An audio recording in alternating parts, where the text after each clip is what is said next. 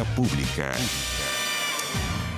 ¿Cómo están ustedes? Muy buenas noches. Bienvenidos a Vía Pública. Esta tarde el presidente Sebastián Piñera encabezó un nuevo consejo de gabinete, cita en la que se abordó la crisis sanitaria, por supuesto, la pandemia que está en el país circulando, la reactivación económica que se ha transformado en otra pandemia y el plebiscito, que es un desafío político, institucional que tenemos los chilenos menos de 2 meses, bueno, entre otros temas.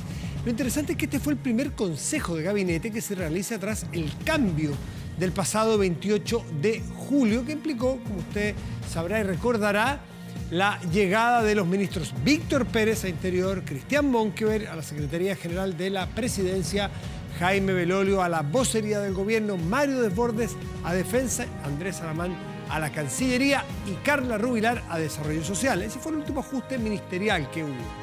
Tras la reunión, el Ministerio de Interior despachó el instructivo de presidencia para las autoridades del Estado de cara al plebiscito del próximo 25 de octubre. Se trata de 47 puntos, donde el gobierno delimitó las acciones de quienes conforman el Ejecutivo en sus distintos niveles. Por ejemplo, se menciona que los servidores públicos, cualquiera sea su jerarquía y estatuto jurídico, están impedidos de realizar actividades de carácter político-electoral durante su jornada de trabajo. Asimismo, ejercer coacción sobre los empleados. También los funcionarios, o tampoco pueden, durante el ejercicio de sus funciones, llamar a votar por alguna posición del plebiscito nacional. Vamos a la mesa de conversación, porque si de pobreza se habló, de crisis económica se habló, esta tarde es porque ese es un tema muy acuciante, muy complicado para muchos chilenos. Solo piense usted que entre 1,5 millones, 2 millones de chilenos y chilenas han perdido su trabajo el último año. Todo lo que ello implica, bueno, es parte de lo que queremos conversar con nuestro invitado, José Tomás Vicuña, director del Servicio Jesuita de Migrantes, porque el Hogar de Cristo, junto con el Techo y otras instituciones, señala que la crisis sanitaria podría generar un retroceso de 10 años en la lucha global contra la pobreza. José Tomás, muy buenas noches. Gracias por recibirnos. ¿Cómo estás? Hola, buenas noches, Matías. Gracias por la invitación. Bueno, el titular del estudio ya lo dice casi todo, y bueno, no sé si tú quieres agregar más cosas, más elementos que profundicen y después ver cómo se va a enfrentar este problema. Bueno, esta pandemia nos ha mostrado lo que decían los carteles del estallido social, que hay desigualdad y que justamente los efectos del coronavirus son muy disímiles. Y este estudio, que comprende justamente distintas dimensiones a través de distintas instituciones, casi todas ligadas a la Compañía de Jesús, nos muestra que hay grupos que esa es su enfermedad de base, estar excluidos, y han tenido consecuencias realmente difíciles y que esperamos que podamos juntas, poder superar esta crisis, que no solo es sanitaria, sino que también es social. José Tomás, ¿de a dónde emana el cálculo ese de que podremos retroceder 10 años en pobreza, con lo que cuesta subir cada peldaño, con lo que nos ha costado, y ahora retroceder de un golpe? Es a raíz, bueno, fundamentalmente, obviamente, el impacto económico en el trabajo. Si bien en agosto se recuperaron gran cantidad de trabajos, tiene un impacto también en las personas. Hay grupos, por ejemplo, las personas migrantes que están en situación irregular o que incluso no están en el registro social de hogares por distintas razones, tampoco están pudiendo acceder a programas del Estado. Este estudio comprende a personas mayores de edad, personas que también la deserción escolar va a aumentar. Entonces eso nos lleva a distintos índices que uno, calculando, justamente llega a las cifras de hace 10 años.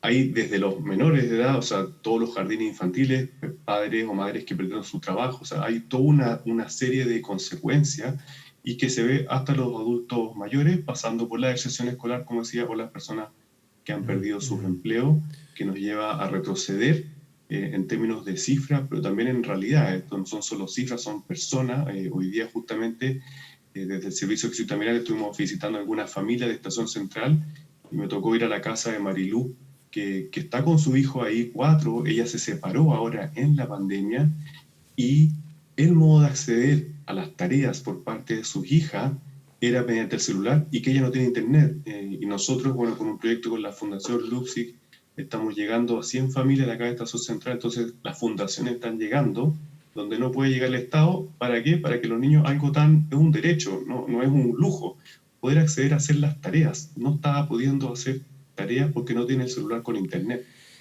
José Tomás, estás hablando de Estación Central, que es una comuna urbana donde debiera, en teoría, costar menos acceder a elementos como lo que estás planteando tú. No estamos hablando de una comuna rural perdida en la cordillera, donde, bueno, cuesta porque habría que poner una gran antena, que es difícil ponerla. Estamos aquí en el centro, en el corazón de la capital, y pasa lo que tú estás diciendo, porque no es la tecnología, son los medios los que impiden. Claro, esta es la famosa clase media. Sí, bueno, aquí, así estamos, y por eso este documento también insiste, junto con distintas propuestas, en que debemos superar de manera colectiva. Acá justamente somos 9 instituciones: Techo, Infocap, obviamente el Hogar de Cristo, Servicios que necesitan migrantes, la Fundación Licán desde Tirúa, de distintas realidades, que nos juntamos porque la pobreza es una realidad integral. A veces los programas del Estado están citados en personas, pero son los territorios los excluidos. Y justamente ser pobre es una enfermedad de base que afecta, y son personas que muchas veces no han sido infectadas por el virus, pero realmente afectadas por él, y lo vemos en comunas muy urbanas ya los efectos de esta pandemia. José Tomás, cuando planteamos que el retroceso 10 años, quiere decir que antes de la pandemia y antes de la crisis, estas personas no estaban en esta posición. La perdieron fruto de la circunstancia. La pregunta que habría que hacerse, y siempre se la hacemos aquí a los economistas, cada uno desde su mirada, ustedes del mundo social, ¿cuánto de la destrucción de su posición anterior, que siempre, paréntesis, se nos había dicho que eran gente que había salido de la pobreza pero que estaba en el margen y que estaba en la vulnerabilidad, que hacía falta que pestañearan un poco más rápido nomás y vuelta atrás, que se tropezaran un poquito así, y eso pasó, más que así? Bueno, ¿cuánto del retroceso es estructural y cuánto del retroceso es coyuntural? Es decir, si mejora el entorno país y el entorno mundial, se pudiera recuperar y volver a recuperar rápidamente estos 10 años. ¿Pudieron delimitar eso? Sí, bueno, a ver, mismo Mario Marcel, el Banco Central, señaló que habíamos tocado fondo y que ahora deberíamos ir mejorando, pero va a ser largo el proceso. Hay algo estructural, que es la pérdida de empleo. Si bien en agosto se recuperaron 300.000 empleos, hay algo ahí estructural, porque cuando pierdo el empleo no tengo ahorro. Hay muchas personas que han señalado que hoy me he dado cuenta que puedo vivir con menos. Bueno, la verdad, hay un buen número de personas que vivía con menos, tanto así que el 75% de la población vivía endeudada. Entonces, pero hay algo coyuntural por la pérdida de trabajo, pero también hay algo estructural justamente por la situación de endeudamiento, por las dificultades de tener contratos formales, los traslados. Hay una serie de la situación también escolar de los niños, niñas. O sea, antes de la pandemia por algo surgió también el estallido social, que ahí había algo estructural, y por eso se planteó después la Constitución, para plantear términos estructurales, la reforma previsional, cambio estructural, el ingreso básico universal, que plantea justamente este estudio que presentamos hoy día, que tiene que crecer. O sea, hay cosas estructurales también en Chile que se vieron agravadas por la pandemia, que es algo coyuntural obviamente, pero no por pasar la pandemia vamos a pasar la desigualdad estructural que vivimos en Chile. José Tomás, quiero cambiarte un poco de tema. No sé si tú quieres aportar algo más sobre este estudio y hacer para que nos haga sentido en qué estamos viviendo y que sirva el trabajo que ustedes han hecho. No sé si quieres, porque yo te quiero derechamente llevar a otro tema. No sé si tú tienes algo más que aportar respecto del estudio para concluir esa fase de la conversación. Bueno, animar a leerlo porque es un estudio bien integral que abarca distintas realidades. Lo pueden encontrar en la página web del Hogar de Cristo, también en la Universidad Alberto Hurtado. Son 217 hojas, obviamente hay resumen para quienes lo quieran leer, pero lo que apunta es a las carencias que ya habían, cómo se van agravando, y al mismo tiempo que esta superación de la pobreza es colectiva, no es solo el Estado, no es solo una fundación. Debemos de manera colectiva superar esta crisis que es coyuntural, pero al mismo tiempo estructural, como decía antes.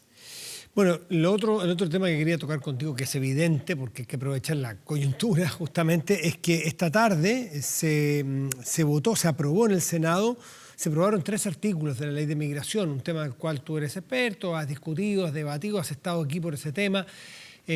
Básicamente el principal es el de la unificación, el concepto de la unificación de la familia. El otro tiene que ver con las visas de las personas que van a entrar, regular más las entradas. ¿Cómo te parece que va quedando esta ley de migración? Todavía no termina, la próxima semana sigue la discusión. Y probablemente siga varias semanas más porque se está votando por separadamente, así que vamos a apurar, ¿no? Sí, ¿qué te parece cómo va quedando o los artículos que se han ido votando hasta ahora? O aprobando hasta ahora. Se han ido votando distintos artículos, puede que llegue también a comisión mixta. La reunificación familiar, si bien ahí va a quedar en la ley, no quedó para convivientes, que es algo también que se pedía, sobre todo desde el mundo LGTBIQ. Decir, bueno, cómo al final la familia es por un papel, cómo también mostrar distintas realidades. Y también lo que hemos visto con la reunificación familiar, por ejemplo, para la población de Haití se ofrecieron 10.000 visas anuales, y eso no ha sido la realidad. A ver, no ha sido la realidad porque no las han solicitado, porque realmente no se han puesto requisitos acordes. O sea, nosotros desde el Servicio de Jesuita Migrante todos los días tenemos cientos de familias que no han podido acceder a la reunificación familiar y que han ingresado también por paso no habilitado. Entonces eso es una realidad que pasa, que no basta solo que esté la ley, que es lo mínimo, sino que también se tiene que llevar a cabo. O sea, se aprobó lo que es el paradigma de la ley, que es se optan desde afuera, llegaría con RUT desde el día 1, y eso sin duda es el ideal para cualquier persona, pero ha mostrado la evidencia también que no ha sido suficiente eso. ¿Tú estás de acuerdo con que es importante regular la migración hacia Chile? ¿Que hay que ordenarla, sí, regularla y adecuarla a la realidad que está viviendo también nuestro país? Sí, y bueno, ya tenemos una ley hoy día que es del año 35 y la migración necesita de leyes acorde a la evidencia. Y lo que hemos visto estos últimos 2 años, que si bien es el ideal y ayuda mucho que una persona ingrese con RUT, al mismo tiempo los ingresos por paso no habilitados, tanto así que de la última década, el 50% de los ingresos por paso no habilitados se concentra en 2018 y 2019, principalmente por personas de Venezuela y de Haití, entre otras, sino Cuba y Dominicana, que también se les solicita visa. Entonces hay que también tener medidas integrales, seguir resguardando la frontera, y obviamente hay que respetar las leyes, pero hay una realidad, y que es una realidad que le pasa a Estados Unidos, con el ingreso por paso no habilitado, y le está pasando a Chile. Y ahí hay que tener medidas también que se hagan cargo de la realidad, Está bien, pero fiscalización a empleadores. la realidad es que siempre va a haber inmigrantes ilegales, siempre va a haber tráfico en muchos países, más o menos, pero lo que también es necesario aparentemente es regularlos para que baje a lo menor posible el incentivo a que la gente entre de manera ilegal. Entonces poner cupos. ¿Cómo conversa eso de poner cupos y creer que porque yo pido la visa yo me quedo tan tranquilo como país porque no van a llegar más personas? ¿Cómo convive? Porque los legisladores conocen esa realidad también y están discutiendo sobre ella. Claro, ese es el punto de cualquier ley, es preguntarse cómo voy a regular la entrada, que es lo mejor, y regular no solamente es detener, sino que de manera regular con un RUT, y qué mejor que entre, y eso es muy bueno. Pero al mismo tiempo todo país, ¿qué hago con la población migrante que está en situación vulnerable? Y ahí es ver, bueno, los voy a... Es imposible, tanto así que en 2019 el total de órdenes de expulsión que emitió el Estado se ejecutaron al 26%, o voy a tener también distintos mecanismos de regularización como lo tienen también algunos países de Europa. Estados Unidos, por ejemplo, no lo tiene, y es una opción, pero eso también puede crear distorsiones en el mercado laboral. Y al mismo tiempo de ver lo administrativo con los documentos, es ver la convivencia. Y eso es lo clave. Y la convivencia no solo se da por entrar más o menos, sino que también por los discursos y prácticas. Y el Estado debe crear campañas, por ejemplo, de sensibilización. El Estado no ha tenido ninguna campaña. Y eso es clave. O los mismos discursos, cómo se ha estigmatizado una y otra vez a la población haitiana. La otra vez una joven haitiana me decía, ¿hasta cuándo nos van a usar de ejemplo? Ni conocen nuestro país y nos usan de ejemplo y una otra vez. Y eso hace muy mal también, porque son personas con las cuales convivimos, que están en nuestro territorio justamente, como el documento que hemos del Hogar de Cristo. Entonces, es lo legislativo, pero es también lo cultural, y es el mismo Estado que debe también fomentar la convivencia y no terminar estigmatizando una y otra vez o criminalizando a la migración. Pero estamos de acuerdo en que esas imágenes que vimos tantas veces de cientos y no miles de personas que provenían fundamentalmente de Haití con su carpetita entrando al país y que todos sabíamos que decían que venían una cosa, después venían a la otra, nos mentíamos a nosotros mismos, nos hacíamos los lesos, estábamos generando los bolsones, los guetos hoy día de pobreza y marginación, que a ti te toca trabajar todos los días con ellos, y que el Estado miraba para otro lado. O sea, a eso no podemos volver, ¿no? No, y por eso el Estado tiene que velar por el correcto ingreso, por no permitir el tráfico de O sea, personas. pero no es llegar y dejar migrantes. entrar, me refiero, ¿no? No es que vengan todos los que quieran, sino que, porque eso es faltar el respeto y con las expectativas a los que vienen a buscar legítimamente mejores posiciones a Chile. Sí, no. O sea, el Estado tiene que entrar y obviamente no, si ve una situación de tráfico se tiene que meter. Pero veamos también la realidad de Haití. ¿Qué es estar en Haití? ¿Qué es estar en Venezuela? Entraron el triple de venezolanos que de haitianos. Pero siempre se habla de los haitianos. Y eso para mí también presenta una pregunta. Porque las personas de Venezuela también entraban con visa turista y cambiaban acá. Entonces, ¿por qué una y otra vez hablamos? Y las personas de Venezuela también han sido víctimas de tráfico. Entonces, también eso nos lleva a preguntarnos, sí, el Estado debe meterse y no puede permitir el tráfico de personas migrantes. Pero también la misma sociedad tiene que dar cuenta de por qué nos fijamos una y otra vez en Haití ¿Y por cuando qué? todo el triple de personas de ¿Por qué? Venezuela. José Tomás, ¿por qué a tu experiencia? ¿Por qué somos racistas? O sea, una y otra vez Haití el tema, cuando por el CITE de Quilicura, por el avión, por el vuelo de retorno, las únicas personas que el Estado de Chile ha ofrecido un vuelo de retorno con imposibilidad de volver en 9 años, es a las personas de Haití. Se presentó un recurso, la coordinadora migrante, y la Corte Suprema lo ratificó, luego la Corte de Apelaciones, que era ilegal esa medida de no permitir el regreso en 9 años y renunciar a la situación migratoria. Bueno, las únicas personas que accedieron a ese vuelo fueron las personas de Haití. Y eso nos debería dar vergüenza como país. Mira, te ofrecemos un vuelo humanitario porque sabemos que estás mal, pero no vuelvas en 9 años. Y se fueron 1.100, es el 1% de la población haitiana. O sea, hagamos programas para la inclusión, no para la expulsión. José Tomás Vicuña, director del Servicio Jesuita Migrante, muchísimas gracias por esta conversación aquí en Vía Pública. Que esté muy bien. Gracias, Matías. Buenas noches y Chao. gracias. Muy buenas noches. Chao. Vamos a hacer una pausa y ya volvemos. Espérenos.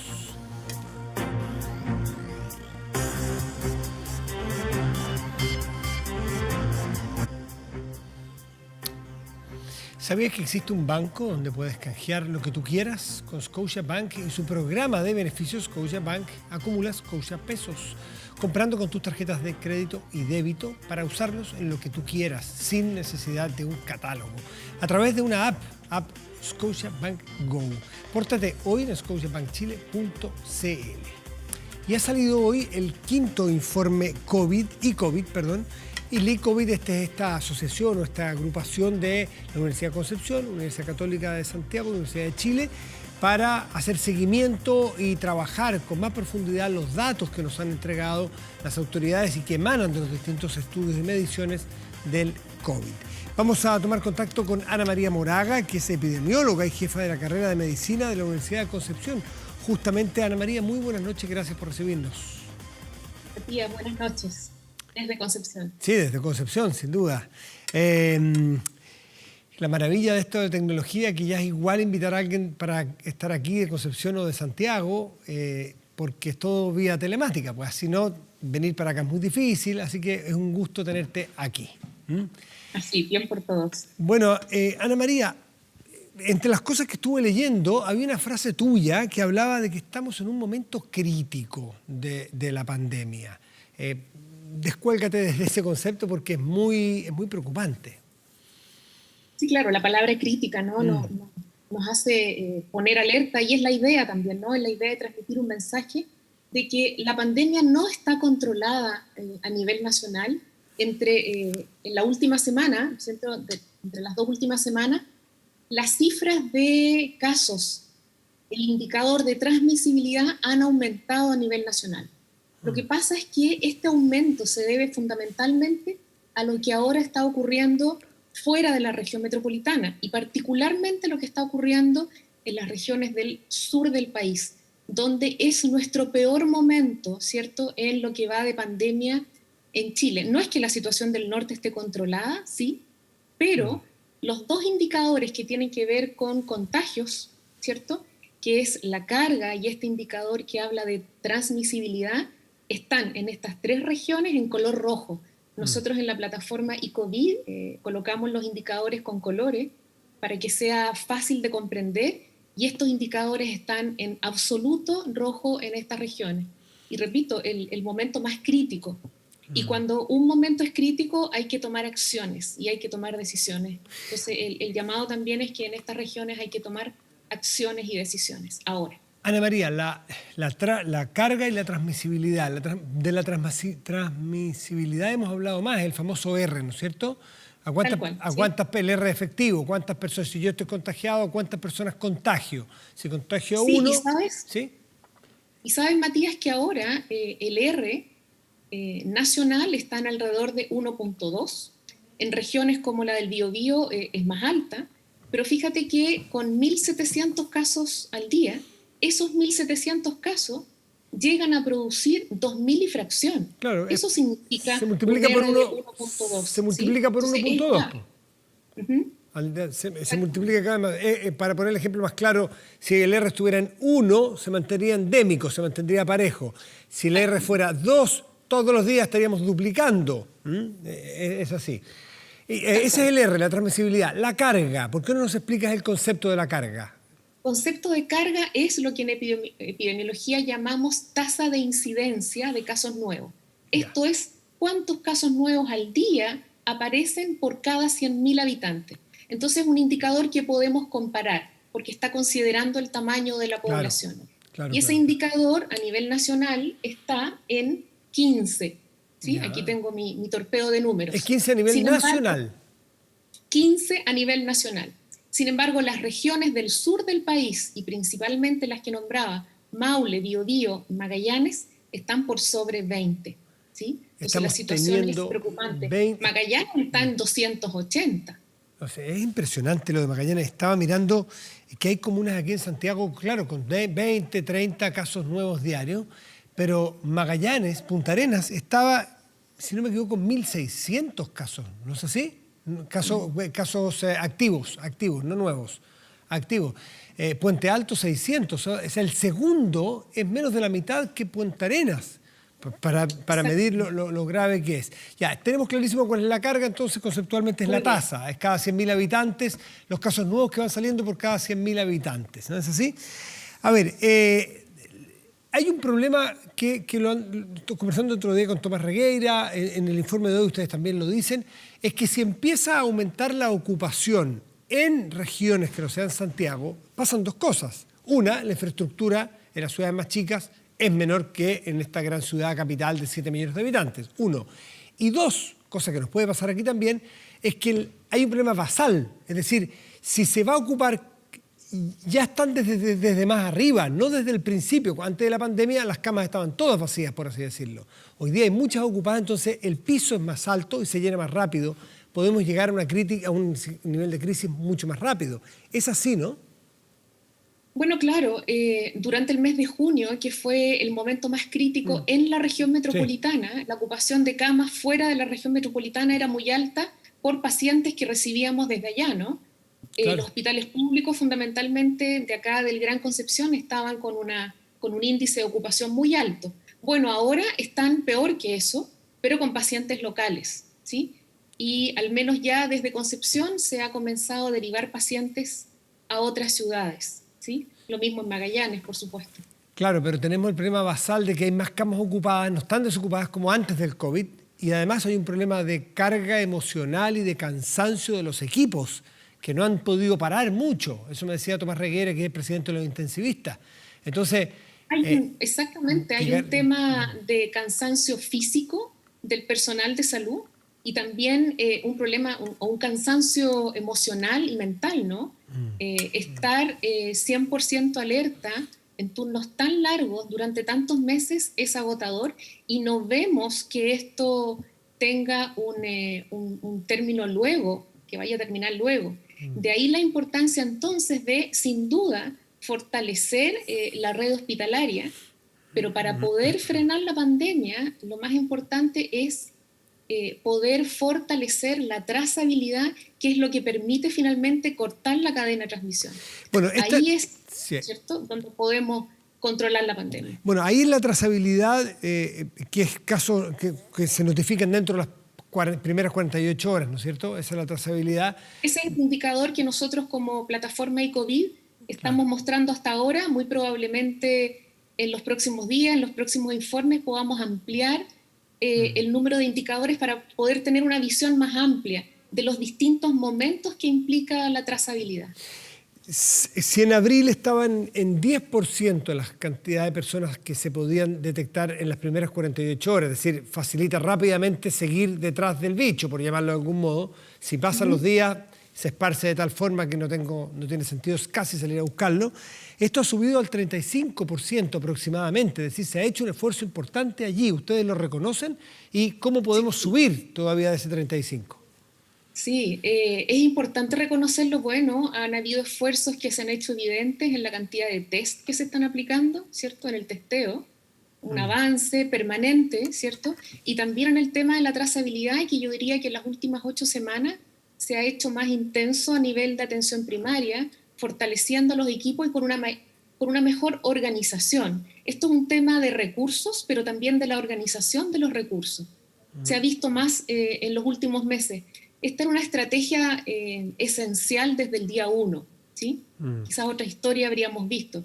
Pero lo importante ahora, de ahora en adelante, es que sin duda que hay que fortalecer la trazabilidad desde atención primaria, pero también, Matías, algo que creo importante resaltar, cada uno de nosotros se tiene que transformar en un trazador de nosotros mismos, en el sentido de que si yo comienzo con síntomas como fiebre, dolor de cabeza, dolor de garganta, dolor muscular, mialgias que se llama, ¿no?, y no hay más virus respiratorio circulando porque la vigilancia epidemiológica nos dice eso, lo más probable es que eso sea COVID y yo debiera inmediatamente ponerme en alerta, aislarme, me pongo una mascarilla, trato de mantener distancia de mi familia, avisarle a las personas con las que yo he estado en los últimos días, es probable que tenga COVID, toma también tú los resguardos, hasta yo saber el resultado del examen PCR. Pero desde ese minuto 1 en que yo comienzo con síntomas, debiera tomar yo la decisión de aislarme.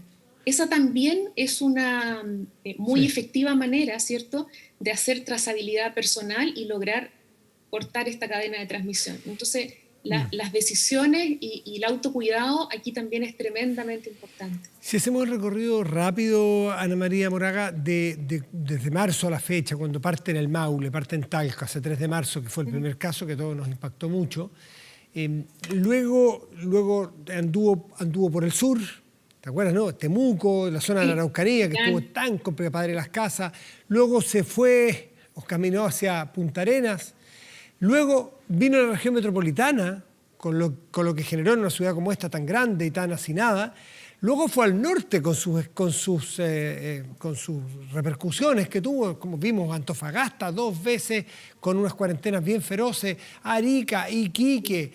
Luego vuelve al sur. Es decir, esto es como el viejo cuento que leíamos en el colegio de Perico Trepa por Chile. Va y viene, va y viene. Por lo tanto, primero, ¿cuándo podremos esperar que pare, que se detenga? No por vacuna, porque sabemos que no lo manejamos, sino que porque haya una cantidad de población que ya se ha infectado, o eso es imposible de esperar. Y 2, ¿están las condiciones para esperar un nuevo mayo para Santiago, para la región metropolitana?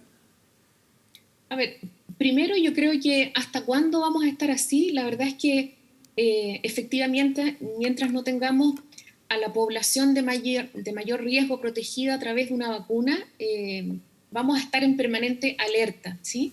Pero en la medida que vayamos cambiando nuestros hábitos, vamos a poder frenar y enlentecer la transmisión de este virus. Por eso es que es tan importante aprender a tomar mejores decisiones. El uso de mascarilla, la distancia social, el lavado de manos recurrente y evidentemente por un tiempo, todavía nos quedan algunos meses donde ojalá no nos movamos si no es estrictamente necesario. Y qué importante este mensaje para estos días que vienen, ¿cierto?, de celebración. Sí, y por otro lado, saber qué va a pasar en la región metropolitana a mí me preocupa, como epidemióloga, ver lo que está pasando en la zona sur, centro-sur de nuestro país, el desplazamiento habitual de la población en épocas de fiesta, la posibilidad de que llegue población, ¿cierto?, que viene de estas zonas con mayor transmisión viral a la región metropolitana, una región que se está abriendo, que evidentemente durante las fiestas patrias va a tener mucha movilidad, podría ser preocupante, evidentemente. O sea, yo creo que Preocupante, no sí, al debemos nivel soportar. de ver probabilidad, Ana María, de que volvamos a tener un mayo, que fueron las épocas Ojalá más... que no, ojalá que no, ojalá que la población haya aprendido otro mayo, otro junio, Es que en es mayo evitable. empieza la curva. En mayo, me acuerdo, ese Claro, 1 de mayo estamos empieza la curva justo. fuerte. Junio fue la Sí, crisis sí, peak. exactamente. Si tú, Matías, o quienes nos están escuchando y viendo ahora, ingresan a la plataforma eCovid, se podrían dar cuenta que a nivel nacional, ¿cierto? Porque las curvas en cada región son distintas también, pero a nivel nacional estamos muy, muy similar a la primera semana de mayo, como tú dices muy bien, cuando esta curva pandémica comienza a subir. Pero ya sabemos con mayor claridad respecto a mayo de qué es lo que tenemos que hacer, ¿sí? Tenemos mejor implementada la trazabilidad, debemos entender que cada uno de nosotros se tiene que hacer responsable también de esa trazabilidad familiar o individual y podríamos prevenir un brote tan grande como el que se vio en la región metropolitana entre mayo y junio. Eh, Ojalá ese mensaje, ¿cierto?, lo la- tengamos muy, muy o claro sea, en Maule, en Biobío, la en gran... Magallanes, en los ríos también, en Sí, el fondo de la zona sur. o sea, evitar la movilidad fundamental. Uno, ¿no es cierto? Que nos movamos menos para que aislemos las distintas zonas, hagamos muchas burbujas de lugares físicos. Pero lo otro es también, a lo mejor, van a empezar a exigir que haya cuarentenas en las regiones cercanas como a Santiago y después en Santiago. ¿Crees tú que basta con mejorar la trazabilidad para que nos volvamos a tener en grandes ciudades, grandes polos como este, por ejemplo, que es la región metropolitana? ¿Basta con la trazabilidad? ¿Con un, mejorarla?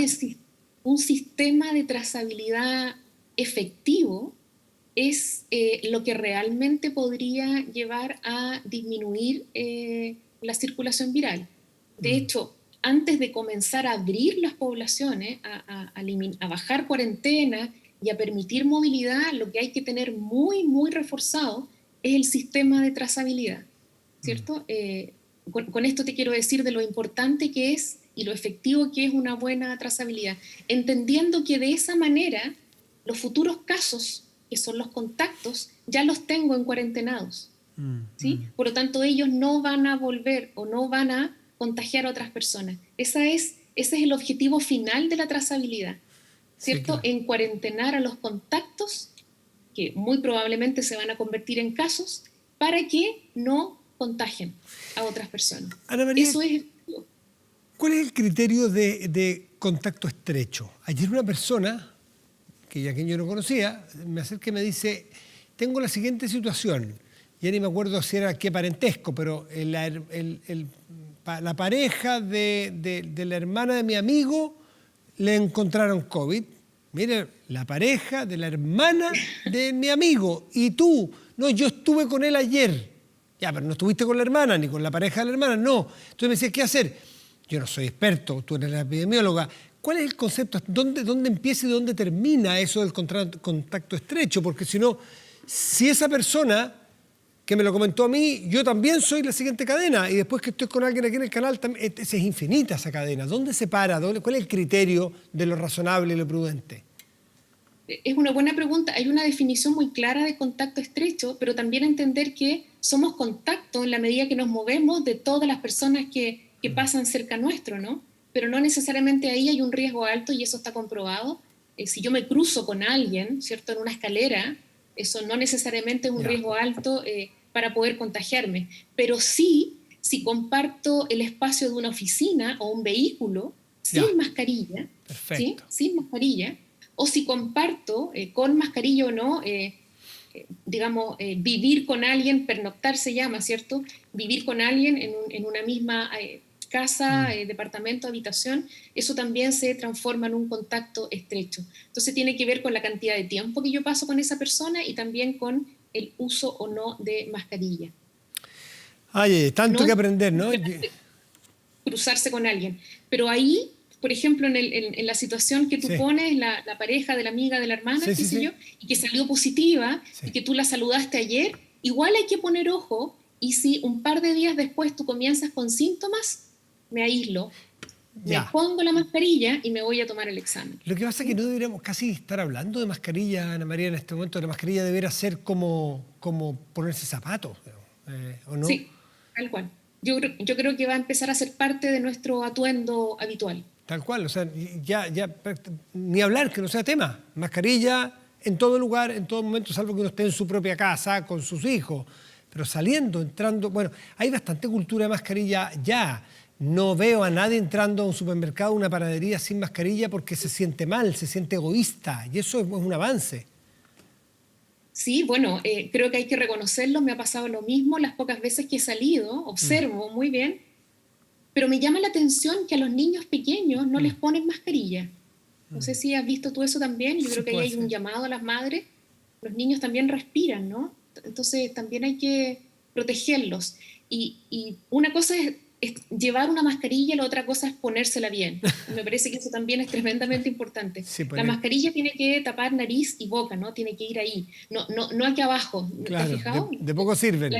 nariz y boca. Y también es importante señalar que hay que proteger los ojos también, ¿no? El virus también puede entrar a través de los ojos si yo no tengo la precaución de usar con frecuencia alcohol gel en las manos, toco a alguien o toco algo que haya sido recientemente tocado por alguien, por ejemplo, que tenía secreción en las manos o que se depositaron ahí virus, y yo luego me rasco el ojo o me Claro. acomodo los lentes, ¿no? Quienes usamos lentes, no sé si te pasa, Sí, a cada rato. uno tiende a hacer así, bueno, ojo con eso también. Acercar las manos a los ojos también es un riesgo. Por eso que la protección facial, ¿cierto? De ojos, nariz y boca. Momento crítico que estamos viviendo, aunque no nos gusta porque pensábamos que íbamos ya saliendo de esto, cuesta decirlo, No, nunca es triste la verdad, lo que no tiene es remedio. Así que Ana María Moraga nos dice, experta de la Universidad de Concepción, epidemióloga, jefa de la Escuela de Medicina, la carrera de Medicina, estamos en un momento crítico por así es. transmisibilidad y por carga. Si no nos cuidamos, volveremos a mayo y junio, así de simple. ¿No es así?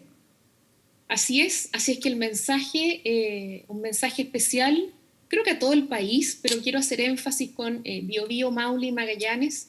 Estamos en cuarentena, así que no nos vamos a poder mover, ¿no? No queda otra. Pero de todas maneras hay que extremar el cuidado de disminuir la movilidad, de estar atentos a los propios síntomas, ¿sí? Y de ser consecuente con la responsabilidad que nos cae a cada uno de nosotros, pero también en la región metropolitana y en todas las regiones, ¿no? Ojalá disminuir la morbilidad y estar atentos a los síntomas. Yo Ana, creo que podemos como país sí. salir adelante de esto, pero necesitamos cada uno de nosotros tomar conciencia y ser responsables. Ana María Moraga, un gusto, muchísimas gracias por atendernos en tu Igualmente, casa esta noche. Matías, Que buenas te noches, vaya que muy te bien. cuides. Saludo a todos los penquistas que están allí Muy bien, sometidos a una cuarentena y que es necesaria cumplirla. Así que mucha nos queda suerte y a estaremos en cuidarse. cuarentena. Muchas Chao, Ana gracias. María, gracias, que te vaya muy bien. Hacemos una pausa y ya volvemos. Espérenos.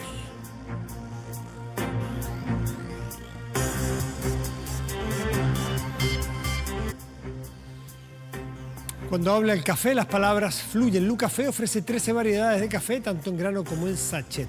Preocupados del medio ambiente, sus cápsulas son 100% reciclables, a diferencia de las cápsulas plásticas o metálicas de otros cafés. En pocas palabras, Lucafé, simplemente un excelente café. Lucafé, simplemente un café de origen. Lucafé, vivi la vida. Y nos vamos a la pantalla, donde revisamos nuestro portal de noticias 24horas.cl, que está encabezada en este momento por esta noticia que habla de la Cámara de Diputados, que declara admisible acusación constitucional en contra de la jueza Silvana Donoso. ¿Recuerda usted, no? ¿Recuerda usted el caso este de la persona que puso en libertad a Hugo Bustamante? Bueno, ahí está la noticia, que bueno, el caso de Bustamante es quien es el imputado fundamental en el crimen de Ámbar, esta chica que murió, esta chica de 16 años, me parece que tenía, que fue asesinada. Más detalles de esta noticia la puede ver en 24horas.cl. Nos separamos un momentito y volvemos aquí en Día Público.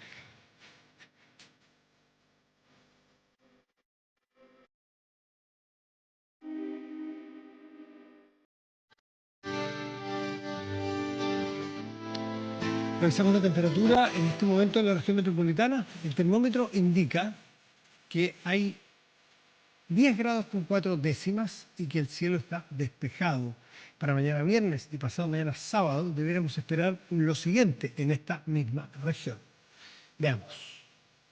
22 grados, parejo, estará despejado los 2 días, con 22 grados como máxima probable para los 2 días. Pero ¿qué ocurrirá en otras regiones del país? Vamos al sur. Vamos al sur.